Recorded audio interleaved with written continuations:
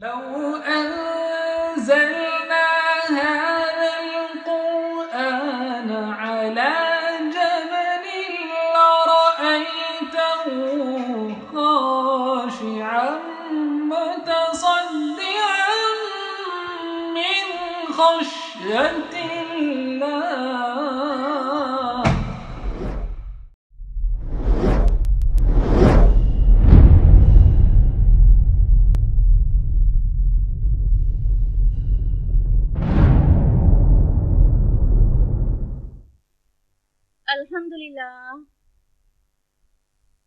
الحمدللہ وحدہ والصلاة والسلام علی من لا نبی بعدہ. اعوذ باللہ من الشیطان الرجیم. بسم اللہ الرحمن الرحیم. وَكَذَلِكَ جَعَلْنَاكُمْ أُمَّةً وَسَطًا لِتَكُونُوا شُهَدَاءَ عَلَى النَّاسِ وَيَكُونَ الرَّسُولُ عَلَيْكُمْ شَهِيدًا. بسم اللہ الرحمن الرحیم. رب اشرح لي عقدۃ من لسانی یفقہوا قولی. میرے عزیز سامعین، آپ سبھی کا تہہ دل سے خیر مقدم ہے. السلام علیکم ورحمۃ اللہ وبرکاتہ.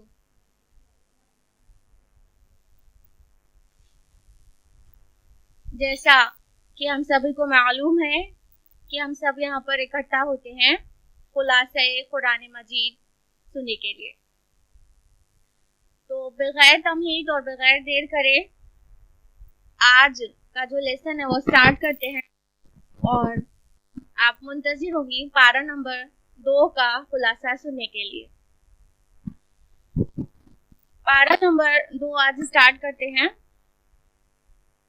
اس سے پہلے پارہ نمبر 1 تک سورہ بقرہ کے 16 رکوع ہم لوگ، اور اب آگے کے رکوع نمبر 17 اور 18 جو کہ آیات 142 سے 152 پر مشتمل ہے. یہ دونوں رکوع میں تحویل قبلہ کا مضمون ہے. اس سے پہلے ہم رکوع نمبر 15 اور 16 میں جان چکے ہیں کہ تحویل قبلہ کی تمہید شروع ہو گئی تھی، اور یہاں پر اس کی تفصیلات آ رہی ہیں. 17ویں اور 18ویں رکوع میں باقاعدہ تحویل قبلہ کا مضمون ہے. اب کسی کے ذہن میں یہ سوال پیدا ہو رہا ہوگا کہ کون سی بڑی بات تھی ایسی تحویل قبلہ کا چینج ہونا جس کے لیے قرآن مجید میں 4 رکوع ہیں. تو ہم اس نازک چیز کو اچھی طرح سمجھ سکتے ہیں کہ جو مذہبی ذہنیت ہوتی ہے وہ کیا ہے کہ اعمال کی توجہ ساری کی ساری ظاہر پہ ہوتی ہے، حالانکہ اس کا باطن اس کی روح کو فراموش کر دیا گیا ہے. اور ظاہر پہ تو بہت بحثیں ہوتی ہیں اور بہت سینسیٹیو ایشو ہو جاتا ہے. اس کی مثال کچھ یوں ہے کہ کچھ مسجدیں ایسی ہیں جہاں پر اگر کسی نے رفع یدین کر لیا تو آفت آ گئی، اور کچھ مسجدیں ایسی ہیں جہاں پر کسی نے رفع یدین نہیں کیا تو مصیبت ہے. تو جو زیادہ تر جو امت کا طریقہ رہا ہے اور ابھی بھی ہے وہ یہ کہ ظاہر پہ عبادات کا جو ظاہر ہے، جو طریقہ ہے، اس پہ بہت زیادہ توجہ ہے. تو آپ اب سمجھ گئی ہوں گی کہ یہ کتنا سینسیٹیو ایشو تھا کہ قبلہ چینج ہو رہا تھا. 4 رکوعوں میں اس کا ذکر آیا ہے. جب تک رسول اللہ صلی اللہ علیہ وسلم مکہ میں تھے تو کعبہ کی جنوبی دیوار کی طرف آپ صلاۃ پڑھا کرتے تھے، یعنی آپ کا رخ شمال کی طرف ہو جاتا تھا، جس سے کیا ہوتا تھا، استقبال قبلتین ہو جاتا تھا. یعنی کعبہ کا بھی اور بیت المقدس کا بھی دونوں قبلے کی طرف آپ صلاۃ پڑھ سکتے تھے. لیکن جب آپ کا شفٹ ہو گئے مدینہ، مائگریٹ ہو گئے، تو پھر یہ ممکن نہ رہا، کیونکہ جو یروشلم تھا وہ مدینہ کے شمال میں تھا، نارتھ میں تھا، اور جو مکہ ہے مدینہ سے وہ جنوب میں ہے، ساؤتھ میں ہے. تو اس طرح سے رسول اللہ صلی اللہ علیہ وسلم نے 16-17 مہینے بیت المقدس کی طرف رخ کر کے عبادت کی ہے، نماز پڑھی ہے. اور یہ بیت المقدس کا جو رخ ہے، جو قبلہ ہے، یہ قرآن مجید میں تو موجود نہیں ہے. ممکن ہے کہ اللہ تعالیٰ نے وحی خفی کے ذریعے آپ کو یہ بتایا ہو، یا تو آپ کا اپنا اجتہاد ہو، اللہ عالم. تو جب قبلہ چینج ہوا تو یہ اہل ایمان کے لیے بہت بڑا امتحان بن گیا، کیونکہ کئی لوگ ایسے تھے جو کہ یہودیت ترک کر کے ایمان لائے تھے، اور کئی ان یہودیوں کے زیر اثر تھے۔ تو جب تک قبلہ یروشلم کی طرف تھا، بیت المقدس کی طرف تھا، تب تک تو یہودیوں کو کوئی بڑی پریشانی نہیں تھی، لیکن جیسے ہی قبلہ چینج ہوا تو مخالفت میں شدت آ گئی، کیونکہ ان کو لگنے لگا کہ ارے یہ تو اب کوئی نئی ملت تشکیل پا رہی ہے، ابھی تو ہمارے قبلے پر یہ تھے، اب تو یہ کوئی نئی ملت تشکیل پا رہی ہے۔ تو اسی لیے ان کی مخالفت بڑھ گئی تھی۔ آیت نمبر 142 میں ہے سَيَقُولُ السُّفَهَاءُ مِنَ النَّاسِ مَا وَلَّاهُمْ عَنْ قِبْلَتِهِمُ الَّتِي كَانُوا عَلَيْهَا، ان قریب کہیں گے لوگوں میں سے بے وقوف لوگ کہ کس چیز نے ان کو اپنے قبلے سے روک دیا جس پر وہ تھے۔ تو اللہ تعالیٰ کا جواب اس پر آیا قُلِ اللَّهِ الْمَشْرِقُ وَالْمَغْرِبُ، کہہ دیجئے کہ مشرق اور مغرب سب اللہ کا ہے۔ اور آیت نمبر 143 میں جو حقیقت ہے وہ بہت بڑی ہے، بہت اہم آیت ہے، وہ یہ کہ آیت نمبر 143 کا نزول گویا یہود سے امامت الناس کا چھین جانا اور انہیں حامل کتاب و شریعت سے محروم کر دیا جانا ہے، اور اب یہ خطاب امت محمد صلی اللہ علیہ وسلم کو مل گیا۔ آیت نمبر 143 ہے وَكَذَلِكَ جَعَلْنَاكُمْ أُمَّةً وَسَطًا لِتَكُونُوا شُهَدَاءَ عَلَى النَّاسِ وَيَكُونَ الرَّسُولُ عَلَيْكُمْ شَهِيدًا، کہ اور اسی طرح ہم نے تمہیں امت وسط بنایا تاکہ تم تمام لوگوں پر گواہ ہو جاؤ اور رسول صلی اللہ علیہ وسلم تم پر گواہ ہو جائیں۔ تو اس طرح اب یہ دعوت دین کی ذمہ داری اور اللہ کے دین کا علمبردار ہونے کی ذمہ داری آ گئی امت محمد صلی اللہ علیہ وسلم پر۔ آیت نمبر 144 میں بیان ہے کہ اے نبی ہم آپ کے چہرے کو بار بار آسمان کی طرف اٹھتا ہوا دیکھتے رہے ہیں، سو ہم پھیر دیتے ہیں آپ کو اسی قبلے کی طرف جو آپ کو پسند ہے۔ گویا ایسا لگتا ہے رسول اللہ صلی اللہ علیہ وسلم کو انتظار تھا تحویل قبلہ کا۔ صرف اتنا ہی نہیں، یہود کو بھی معلوم تھا، ان کی تورات میں پہلے سے درج تھا کہ جو نبی آخر الزمان آئے گا اس کا جو قبلہ ہوگا وہ یہ خانہ کعبہ ہی ہوگا۔ اس کے بعد بھی انہوں نے جھٹلایا۔ آیت نمبر 150 میں ہے کہ فَلَا تَخْشَوْهُمْ وَاخْشَوْنِي، ان سے مت ڈرو اور مجھ سے ڈرو۔ اللہ تعالیٰ کہہ رہے ہیں یہود جو شدت اختیار کر رہے ہیں تمہارے ساتھ مخالفت میں، ڈرنے کی ضرورت نہیں ہے، اگر ایمان والے ہو تو مجھ سے ڈرو، مجھ سے۔ اور آیت نمبر 151 میں ابراہیم علیہ السلام کی دعا کا جواب ہے۔ ابھی کل ہم لوگ نے یہ جانا آیت نمبر 129 میں کہ ابراہیم علیہ السلام نے ایک دعا کی تھی، اور ان کی دعا کی جواب میں ظاہر ہوئے محمد رسول اللہ صلی اللہ علیہ وسلم 3000 سال کے بعد۔ کما ارسلنا فیکم رسولا منکم یتلو علیکم آیاتنا ویزکیکم ویعلمکم الکتاب والحکمہ۔ اللہ تعالیٰ نے کہہ دیا کہ اسی طرح ہم نے تمہیں میں سے ایک رسول برپا کیا جو تم پر ہماری آیات تلاوت کرتا ہے، تمہیں پاک کرتا ہے اور تمہیں کتاب اور حکمت کی تعلیم دیتا ہے۔ انہی صفات کے ساتھ ابراہیم علیہ السلام نے دعا کی تھی۔ اس طرح سورہ بقرہ کا 18 رکوع مکمل ہوا، اور آپ کو پہلے بارے میں بتایا گیا تھا کہ سورہ بقرہ کے 2 حصے ہیں، اور پہلا جو حصہ ہے وہ 18 رکوعوں پر مشتمل ہے، اور اس میں خطاب براہ راست یا بالواسطہ اہل کتاب سے ہے، خصوصاً یہود سے۔ اب سورہ بقرہ کا دوسرا حصہ شروع ہوتا ہے جو کہ 22 رکوعوں پر مشتمل ہے، اور 19 رکوع سے لے کے 40 رکوع تک پھیلا ہوا ہے، اور اس میں خطاب ہے ڈائریکٹلی امت محمد صلی اللہ علیہ وسلم سے۔ اور اس رکوع میں جو تبلیغ دین کی جو مسلمانوں کو ذمہ داری دی گئی ہے آیت 143 میں، اس کو کیسے ٹیکل کرنا ہے اور اسے کیسے ذمہ داری سے نبھانا ہے، اس کی تیاریاں ہیں۔ آیت 153 میں کہا یا ایھا الذین آمنوا استعینوا بالصبر والصلاۃ ان اللہ مع الصابرین، اے ایمان والو صبر اور نماز کے ذریعے سے مدد چاہو، بے شک اللہ تعالیٰ صبر کرنے والوں کے ساتھ ہے۔